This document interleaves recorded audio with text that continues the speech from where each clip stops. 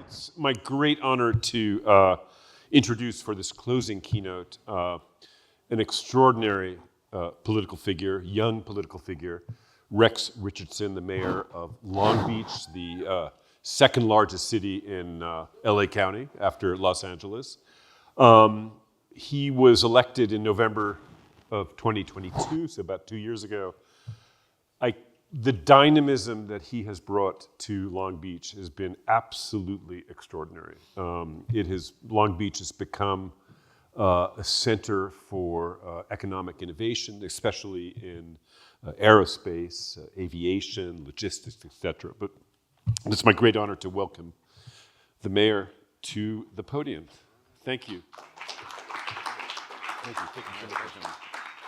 All right. Well, thanks a lot, John, for the invitation and the introduction. It's not my first time speaking at CoMotion, but last time it was during the pandemic, so it was on Zoom. So this is technically my first time joining you in person for CoMotion LA. Thank you so much, and Vivian as well, for organizing this incredible event. And it's good to see all of you. It's hard to see who's there, but someone cheered for Long Beach, so I'm looking forward to this talk. That's right, good. So I was asked to come talk a little bit about our city, the transition we're going through, our leadership on climate, some of the work we're doing in our ports, and how we're turning big challenges into big opportunities for our city. Before we begin, I do want to acknowledge, like I saw on the program, that we've had other mayors, and I'm not sure if Mayor Richardson is in the house or from SCAG, but I've worked with these people for a long time, and I'm proud to share the program with them. And I also see that you have a number of folks from the international community. Make some noise if you're from the international community and we're here with us today. Okay, good. That's good. In fact, I just left a whole group of 2 buses full of people called the International Olympic Committee and the International Paralympic Committee, which are in town today touring Long Beach. I had a meet and greet with them, and then I came here to speak with you, and I'm going to meet up with them a little bit later. So wish me luck with that. So I'm Rex Richardson. I'm mayor of the great city of Long Beach. If you don't know Long Beach, it's a good city. It's as mentioned, second largest city, not only in LA County, but in the 6-county SCAG region. SCAG region is our regional planning agency, 191 cities, 19 million people across 6 counties. We're the second largest city in that region. About 500,000 residents, home to the great Long Beach State, home to Long Beach Poly High School, where more people have gone to the NFL than any high school in America. That's right, fact check that. Home to Long Beach Wilson High School, which has an Olympian in every Olympics since 1952. So we're big on sports, and we really care about our city. We are home to the Port of Long Beach. That's right, the Port of Long Beach. We call it America's Green Gateway. We are by far the national leader in terms of green goods movement. We still have a lot of work to do, but we've been the national leader there. And in terms of just our size and our capacity, we trade between Los Angeles, Long Beach, and New York, New Jersey, between who's in first and second position every single month. And so we're triplet ports, actually. We're home to, we're actually a big oil providence in Long Beach. Anybody ever seen the movie There Will Be Blood? Daniel Day-Lewis? I like a good Western. Has anybody ever seen it, or is it just me? Okay, all right. It was Academy Award winner. So in that movie, you know how those guys were from a little town called Signal Hill? That's a city inside of Long Beach. And the history then, just like in the movie, when someone struck oil and a geyser would pop up, a whole community would spring up around it. Well, that's Long Beach, California. When oil was discovered and began being produced, we became the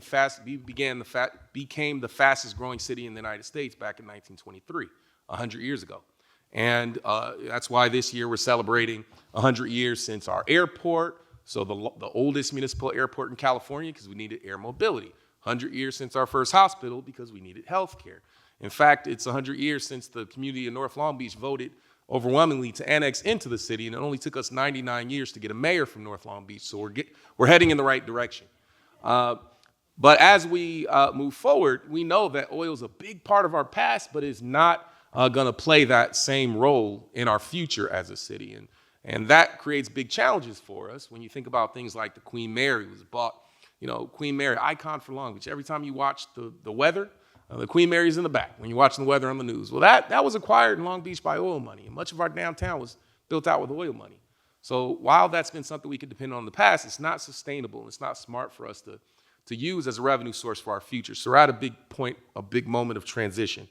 I would also say that as we are in this moment of transition, we're finding great promise in industries of the future. We have a great history of aviation, but now we're home to one of the fastest growing space clusters in America that we call Space Beach. We also are a city that believes in tourism as a sustainable revenue source for our city. It's a sustainable economic driver for our city. And we'll be second largest venue city in 2028 when our region opens up our doors and host the Olympic and Paralympic Games. So we have a lot going on in the city of Long Beach. Personally, I'm a dad mayor. I'm the first parent mayor raising small kids in our city's history. I've got two daughters named Alina and Mila. They are 9 and they are 7. And I share that with you because that's the lens that I look at my work, my perspective as mayor. A lot of times I'm looking at what community my children will inherit. In fact, my youngest was in kindergarten when I was sworn in. And I talked about if the people of Long Beach give me the good fortune of electing me to 3 terms as mayor, she'd be graduating high school when I'm done. And the question is, are we going to do everything in our power to foster a healthy and sustainable environment for my daughter and for all of our children who are growing up in the community of Long Beach? Will they grow up knowing that the air is clean to breathe? Will they grow up knowing that their community is safe to walk around in, that they have housing that's affordable for them to grow up and thrive? Will they have the opportunities to grow and thrive and reach their full potential? I believe that we have a responsibility as adults, particularly adults in leadership, to make sure that we pass on our communities and our cities to the next generation in better position that we received it. But we know that we are facing big challenges as a community. Our nation's facing big challenges, our globe is facing big challenges, and we have a responsibility to rise to those challenges. And one in particular is climate change. The only way we can ensure that our community is healthy as we move it forward is by acting swiftly and boldly and decisively with urgency on climate change to make sure that we meet this moment that our climate crisis demands. With every single passing day, the window closes, so we have to think about what are the opportunities today to make a difference. We can see the impacts already. You don't have to be a scientist. Earlier this year, we had extreme weather events across Southern California. You probably all remember the rainy season. Well, I'll tell you, when it rains in Southern California, all that water flows into Long Beach for some reason. We are at the south portion of 2 rivers, the Los Angeles River and the San Gabriel Valley River. They both empty into Long Beach in multiple watersheds. So when it rains in the Southern California that supposedly never rains in, when it rains, it flows into Long Beach, and what we see is extreme flooding, all of those things that we didn't used to have before. So it becomes more and more clear the impacts of climate change on our local infrastructure becomes more and more clear. And what's interesting about Long Beach is that much of our coastal protection, our lifeguards, our infrastructure on our coastline, how we clean up our beaches is funded by oil money. So the way we respond to the climate crisis is an unsustainable source of revenue, oil. Those 4 oil islands off the coast have generated $6 billion over the last 20 years to the state and our major generator of revenue, and that's largely how we protect our coast from climate change. Doesn't seem too sustainable, right? To utilize oil money to clean up the impacts of fossil fuels. Those are the challenges that we have in local government, the contradictions that we have in local government that we have to find ways to address and to change. You don't have to be a scientist to see that. It manifests not only in flooding, but sewage spills upriver flow downriver into Long Beach. It becomes expensive to clean and to maintain. And so while that impacts our communities, we also see that they have more disparate impacts, broader impacts on communities of color, extreme weather events, where we see urban heat island effect, where it's hotter, significantly hotter in North Long Beach and West Long Beach, where there's less access to open space and green space, where we have the intersections of the 91, the 605, and the 710 freeways intersecting further away from the coastline, where there's been a lack of investment in climate-friendly infrastructure and pools and trees. And so when it rains in America, it pours in Black and brown community, and that is showing up the same way for the climate crisis. But as local leaders, we can't just whine about it. We have to step up. We have to be the ones. People expect local leaders to make a difference and make a meaningful change, and that's our job. We have to turn these big threats into opportunities. That's what we're doing in the city of Long Beach. So I will tell you, we've had some real opportunities these past few years. Under the current presidential administration, the Biden-Harris administration has been, I'll tell you, has been a big relief to the city of Long Beach and others by placing a focus on delivering real dollars in the hands of local governments to actually make our communities climate ready and create real investments that prioritize frontline communities and equity. In particular, we have to think about the Inflation Reduction Act, Justice 40 initiatives, the bipartisan infrastructure law. We've seen real dollars come out to our communities to help build this climate-friendly infrastructure. We all know what happened at the election, at the ballot box last week. So this is obviously an issue of concern for us, this time that we're in, and how we step up and respond and protect some of those investments. We are going to continue to show global leadership on issues like our ports. You know, when we invest in our ports and invest in green infrastructure, there's multiple benefits. We create good paying union jobs for our communities. We help clean our air. We, create a sustainable supply chain. We build a clean energy economy for the future when we invest in our ports. And that's why we are making some real investment into greening the Port of Long Beach. So we call Long Beach America's Green Gateway. We have a project right now called Pier B. It's an on-dock rail facilitation yard. What does that mean? We're going to be transitioning the Port of Long Beach to move 40% of its cargo by rail, directly from ship to rail. So what are the benefits by investing in on-dock rail? Well, there's obviously a benefit because you remove that connection to have a short-haul drayage truck. That means less wear and tear on your streets. That means less pollution. That means cleaner air for your local communities at the end of the day. That should always be what we remember first, the impact on that local community. But it also means that we're creating, through this project, real economic opportunity, real jobs to move our cargo faster, which supports our economy, but also cleaner. So we'll be moving 40% of our cargo to on-dock rail. We're also accelerating zero-emission infrastructure at the Port of Long Beach. When a truck goes from a gas truck, from a diesel truck to a battery-powered truck, we like that. Why do we like that? When that truck pulls up and plugs in, we in Long Beach charge a tax on that energy. It's called a utility users tax. So by building the infrastructure to charge, we're actually creating a sustainable revenue source in the city to offset our dependence on oil. So there's multiple benefits to greening and electrifying our ports. And we're talking about, in the Port of Long Beach, 6,000 trucks every day, 24,000 trucks across the Southern California region. So we have to see this as an asset-based frame. Like, it's not that we're losing anything. We're making an investment into ongoing, like, not only just cleaning our community, but ongoing revenue to support services in our communities. We're also thinking about other ways that we can step up and help.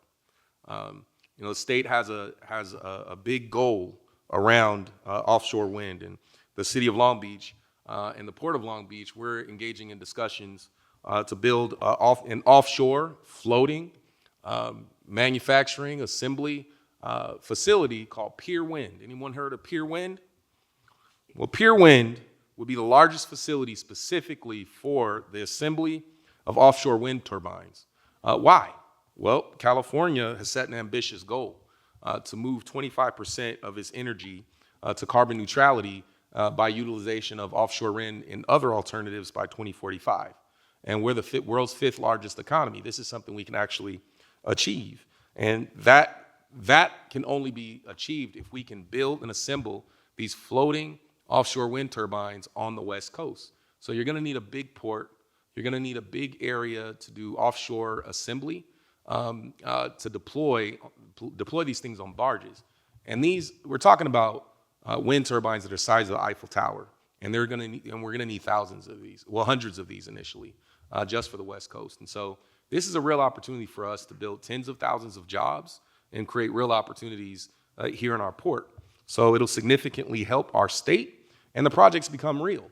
Most recently, and thanks to the voters of the state of California, you recently approved the California Climate Bond, which invests almost $400 million into pier wind and offshore wind in California. That takes the project and makes it real, a $400 million investment. Now, we have to keep an eye on the White House and what happens there because, while this administration has been very favorable and friendly to the concept of offshore wind, there's been rhetoric of offshore wind hurting the whales and killing the birds, even though there's been no data to justify that. So if we want offshore wind to become a reality, we're going to have to pay attention and stay engaged on the federal level. Long Beach has also announced that the state of California was selected to be a hub for the California Hydrogen Hub, ARCHES. Anybody hear about the California Hydrogen Hub? Why is this a big deal? Well, in order to transition from diesel to electricity, there's going to have to be alternative forms of fuel for trucks and other infrastructure and other vehicles. But the infrastructure hasn't been in place. The ARCHES program is a public investment to spur private investment to build an entire ecosystem around hydrogen.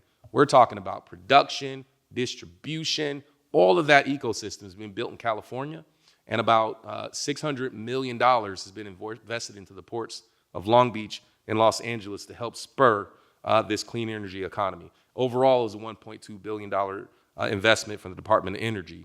And that is being leveraged to create about $12 billion of investment into hydrogen in the Long Beach, Los Angeles region and across the state of California. So it's a big deal.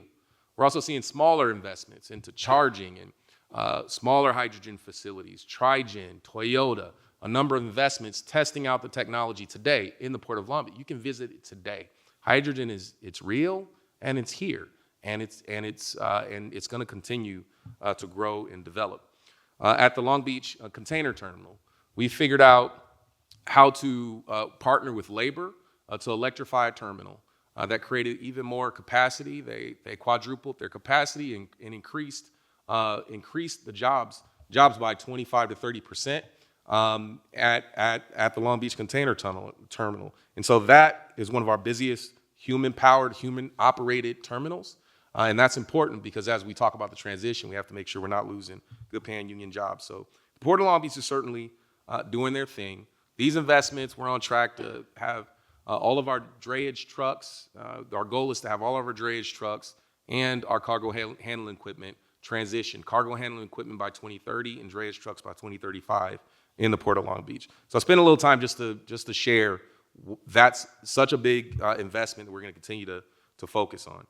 Now, the port certainly demonstrating its leadership, but there are other ways that the city of Long Beach is creating this climate forward economy. We have additional sectors like aerospace and aviation. Long Beach has a long aviation history from back when people were landing their planes on our Long Beach. That's kind of how we got the name, Long Beach. We had fabric-covered biplanes, and during World War II and after World War II, we were a part of the aircraft production effort. The C-17 and DC-9 were both produced in Long Beach. Thousands of aircrafts have come out of Long Beach. It's built talent, it's built history, and now we're leveraging that to really chart what the future of aviation looks like. You've heard of a company called Ampere, right? That was here a little bit earlier, right? Are these guys here? Okay. That's right. It's a Lacey company. Now they're a Long Beach company. So we're seeing the future of aviation take place in Long Beach. Companies like Amp Air and Jet Zero. Jet Zero has a blended wing body craft that these guys have worked on for decades, and now they're in full scale development. They're funded by the Air Force to build a jet that is equipped to replace the modern. Well, not modern anymore, the contemporary commercial jet that we're used to. This thing, it's beautiful. It's a blended wing body, 30% more energy efficient. It's prepared to transition to hydrogen when hydrogen is ready. It has more capacity for passengers. And the best thing about it, everyone has room for their baggage. No more waiting in line. You just get on and your seat's ready and you get automatic baggage. That's being developed in Long Beach. The prototype's already been funded, and that's being developed in Long Beach. That's just flight. Then you take the next step to space. Long Beach is home to one of the fastest growing aerospace and space clusters in America called Space Beach. Anybody heard of Space Beach? Okay, so here at Space Beach, it's pretty exciting stuff. We've got a company called VAST. I introduced them at our first State of the City when I was 20 days old as mayor. And this company is building the world's first commercial space station. That's right, a commercial space station with artificial gravity is being built in Long Beach, and the first iteration will be launched in Q3 of 2025. I took a tour, and I've been able to look at it, and it's very cool to know that in your backyard, in your own community, this exciting work is taking place at a company called VAST. They had about 30 employees a year and a half ago. They're north of 500 employees, on track to be at about 950 employees by next summer. They're building, these are new jobs, these are newly created economic opportunity with the privatization and exploration of space. There's a company called Rocket Lab. Anyone heard of Rocket Lab? Rocket Lab is second only to SpaceX in terms of launches. They have 56 successful launches under their belt. They're headquartered in Long Beach. And when Virgin Orbit, which was our first space company, went down, they swooped in, bought the facility, retained many of the employees, and opened up their engine development center. And so we see some real promise with aviation and space in Long Beach. We also see some promise with advanced manufacturing in the city of Long Beach. Aviation's one thing, but with advanced manufacturing, it's very cool because we're a port town. So when we throw up a big box, normally it's a warehouse with very few jobs and minimum wage jobs that are just taking cargo from one side of one truck and placing on another truck to go across the country. But now when we put up a big box, we're filling it up with jobs with advanced manufacturing, with engineering, with welding, where you can go to Long Beach City College and get a certificate and make $45 an hour welding and afford to live in the community that you work in, right? So if we have to prioritize with finite space in Southern California, what are we going to prioritize? Is it a warehouse or is it advanced manufacturing? It's going to be advanced manufacturing, and we're showing some real progress. Most recently, we announced Ford Motor Company is coming to Long Beach to bring all their research and development for their new Skunk Works team. What is Skunk Works? First, it's a cool name. But separately from that, the idea is to create a team, and this is initially about 500 employees outside of the traditional corporate environment, outside of Dearborn, and put them somewhere cool. They didn't go to Phoenix, even though Phoenix is hot. Long Beach is cool, right? They came to Long Beach to build a new clean tech campus to develop their new line of electric EVs under $25,000. All of that research and development is taking place in Long Beach now. So that's some of the investment in advanced manufacturing that we're doing that helps us to create a real climate forward environment. They're building electric vehicles. In the port, we're making transitions to ships, and we're building planes. All this, the future of mobility, we're investing in and seeing real benefits to that now. We have to make sure that as we build jets and as we build cars and all of these things, that we're not leaving the community behind. It doesn't benefit us if the communities in North and Central and West Long Beach don't feel directly benefited from this investment and don't have the ability to connect to those things. And that's why we invest in our partnerships with our local educational institutions like Long Beach State, Long Beach City College to build out pipelines directly into these jobs and to help build and prepare our workforce. When we bring these companies to Long Beach, the number one thing that they talk about is the access to talent that we have in Long Beach, our ecosystem. We have a program called the Long Beach College Promise. Anybody heard of that? Long Beach College Promise means if you attended Long Beach Unified High School and you graduate with minimum standards, minimum college preparatory standards, we hold you a seat at Long Beach State, the number one applied to university in the CSU system. We hold you a seat. But let's say that you're not on track and you didn't do the college prep standards, you need to do some more work, or you choose to go the community college route, which is fine. And my wife works in community college, and we support that. Well, you get 2 years free at Long Beach City College. That's the Long Beach College Promise.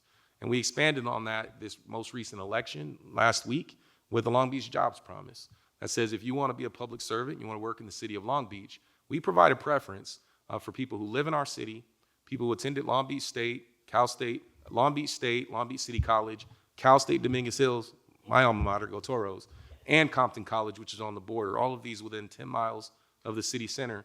You receive a preference on receiving a city job in the city of Long Beach through the Long Beach Jobs Promise. And that was just adopted and placed into our city's charter. It is a commitment to the residents of our city. Let's say the position doesn't require a college degree.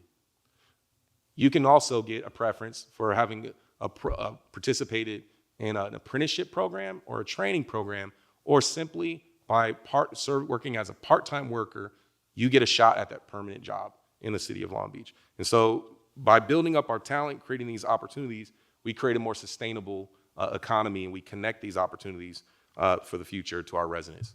Last thing I'll say, because I want to leave a few minutes for some questions.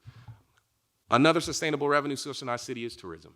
We talked about the Olympics. We're really excited. We'll be one of the biggest venue cities for LA 28. We're Southern California's waterfront, and we're proud of that. We'll be hosting events like rowing and sailing and water polo and artistic swim and a number of events. In fact, what's been announced is about 9, but the full Paralympic slate hasn't been announced yet. So there may be an equal number of Paralympic events as Olympic events in the city, and it's a real opportunity for us. But how do we build an economy that works for everyone as we prepare for that, for the Olympics? Well, one, we need to make sure that we think about our working families and our hospitality workers. We put forward on a ballot a measure called Measure RW in this March that sets a new Olympic scale, a new Olympics wage that says people working in hospitality start at $23.50 and it climbs to $29.50 by 2028. It sets a standard that says we want folks who live in our city, who are working in our hotels, in our convention centers, to be able to afford to live in our communities by establishing a regional Olympic scale and making sure that we're paying our workers with dignity. We're also investing in entertainment. LA has a big entertainment market, but we're not getting a lot of it in Long Beach. Our Long Beach Arena, we used to have, Grateful Dead and, Led Zeppelin cut an album there and, lots of history, but right now we use it as a ballroom, right? So we're looking at making investments to bring entertainment and concerts back, and we're building a signature public amphitheater next to the Queen Mary, the Long Beach Bowl, with 12,000 to 13,000 seats to bring about 60, 65 concerts. So if you want to have the Hollywood Bowl experience on the water, come down to Long Beach. The Hollywood Bowl, the first phase, which is the temporary bowl, will be open Q3 of next year. So these are some of the things that we're doing in Long Beach to just build a new economy that's not based on oil. It's a hard transition, but it's a real opportunity for us over the next few years. And we're making great progress. By 2030, I'll be proud that we're on track to get our general fund off of revenue for the first time in a century by 2030. And we're making great progress. I think we're going to beat that goal. There's more we have to do in terms of transition to actual infrastructure, the oil islands and all of that to create real opportunities for us. But we have to take those big challenges and turn them into opportunities. I'll just end by saying that, we're in a really unique moment in Los Angeles right now with the leadership of Mayor Bass and, all women board of supervisors who are forward thinking and think about reform and change. Cities like Long Beach and regions like regional leadership at SCAG, we have a real opportunity, and I call it the aperture for equity, an opportunity to really think big on transportation and mobility, goods movement, standards for working families, how we advance our communities to have a real opportunity, healthcare, education, partnerships. All of these things are on the table. And if we get it right, if we can get it right in cities like Long Beach, we can influence LA County, the state of California, and the entire country. And now more than ever, people are counting on our local cities to show leadership, particularly what's happening at the national level.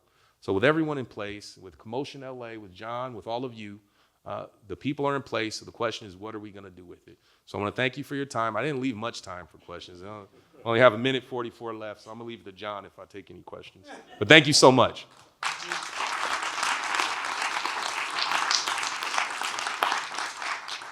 Any questions for the mayor? I see a hand right there.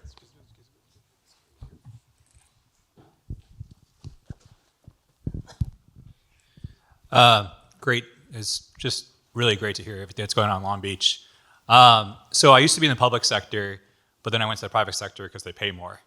And so you talk about, keeping people in the public sector and like, all these great companies that are moving to Long Beach, but housing prices are going to go up, restaurant prices are going to go up. How do you keep thinking about like, how do you get people in the public sector interested in staying in the public sector and not being recruited by the private sector? So that is a big challenge. Everyone's post-pandemic, all the cities are having a challenge with hiring and with retention.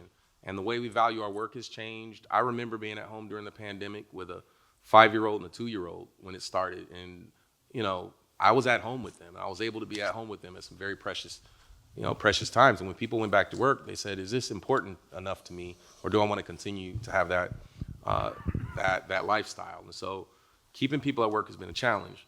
So we have to respond to that by innovating.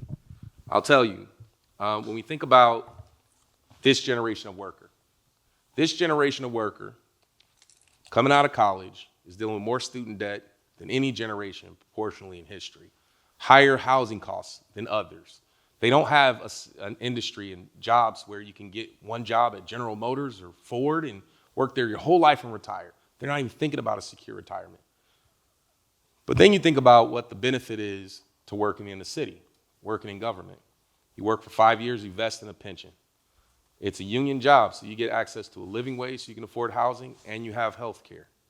And based on public service loan forgiveness, if you work 10 years, your student debt is canceled. All the challenges of this current generation are solved simply by getting a job in government. But it takes too long. It takes a year, upwards of a year, to get a job in the city of Long Beach. And we're failing our communities by having that timetable. That's why we put the Long Beach Jobs Promise forward on the ballot. And it passed 61-39, right? And what it did was consolidate our hiring practices to get hiring down under 90 days with a focus and a commitment to residents of the city of Long Beach and students who graduate from our local institutions. And so it's a win-win.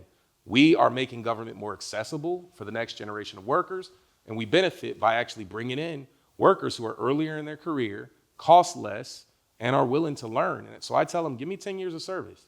Come to the city of Long Beach, give me 10 years. You'll be able to buy a home, your student debt will be paid off, then go in the private sector and make the money you're making. Good. Good. All right, anyone else? One more. Well, that'll be our last one. Sure. Mayor Richardson, go Toros. Toros. Haroon Azar here. Oh, Haroon. How what's are up, you? Man? Good to We see were in you. student government together. Yes, sir. So, look, not to get into politics, but you spoke about how Long Beach and yourself specifically have been successful in retaining, but also bringing in new aerospace companies, space companies. And as a whole, California has lost a few big ones, namely SpaceX and others. And the perception is California is unfriendly to some of these businesses. Right. So as we look to this administration and, space, I think, is going to be a priority regardless of the politics. How are you as mayor going to maneuver, and how do you counsel the rest of the business leaders and also government leaders in this room? Today we heard a lot about what's going to happen in the next 4 years. Maybe some of this funding is going to stall and things like that. Would really like to hear your counsel on that. I'm happy to provide my insight there. So the Biden-Harris administration has been great for cities. Incredible. I mean, I'm an Obama. I got involved in politics around Obama. I was a big fan, but I'll tell you, the Biden administration, in terms of the American Recovery Act, bipartisan infrastructure, all those things, direct funding to cities. And he appointed more mayors to an administration than anybody else in history. I mean, from infrastructure to housing to transportation, all of that. Now, when I think about what comes next, as a mayor, you have to really put a bipartisan or nonpartisan lens on how you engage with different levels of government. So the first thing that we're doing is making sort of an assessment on how we protect the funding that's already come to our city. And some of that it means making sure you have bipartisan coalitions to protect it. So I'm co-chair of a bipartisan coalition called Mayors and CEOs for U.S. Housing Production. It's myself, it's one Democratic mayor, one Republican mayor. We advocate to Washington, D.C. together. So it may be a moment where I need to shut up and let my Republican mayor counterpart do the talking, to speak the language, to make sure we preserve priority around housing. I think when you think of industry by industry, I wonder, what our space companies would say about the administration. I think they're really focused. A lot of their funding comes from DoD and NASA. Well, historically, Republican administrations haven't been bad for DoD, and so maybe there's an opportunity there to protect some of their investments. I think the focus on some of the greening at the port may be in jeopardy when you think about funding, bipartisan infrastructure law, things like that. And so we're going to have to look at how to have more bipartisan coalitions to protect some of those investments. But industry by industry, we're going to have to look at what the real impact is. So mayors are going to have to speak that language, right? But there are some values we're just going to stand up for. In the city of Long Beach, we're a city who prioritizes, we value our diversity. We saw what happened last time with deportations really impacted our communities. And, we're not facing some of the same challenges New York and Chicago have with, busing and jet airplanes full of migrants from the border coming to our cities. Most folks are well embedded into our communities. So if folks are undocumented, their kids are going to our schools, they're engaged in our park programs, and when the deportation happened, it really disturbs our community. So we're not going to align with the administration on immigration, and that's a value statement as a mayor that I'm okay with, right? I'm going to do what I can to protect our communities from harm, but we will look to opportunities in space, in ports, and goods movement that are going to be overall good for everyone and create a better economic benefit. So that's the way I'm looking at it as mayor. Well, thank you, folks.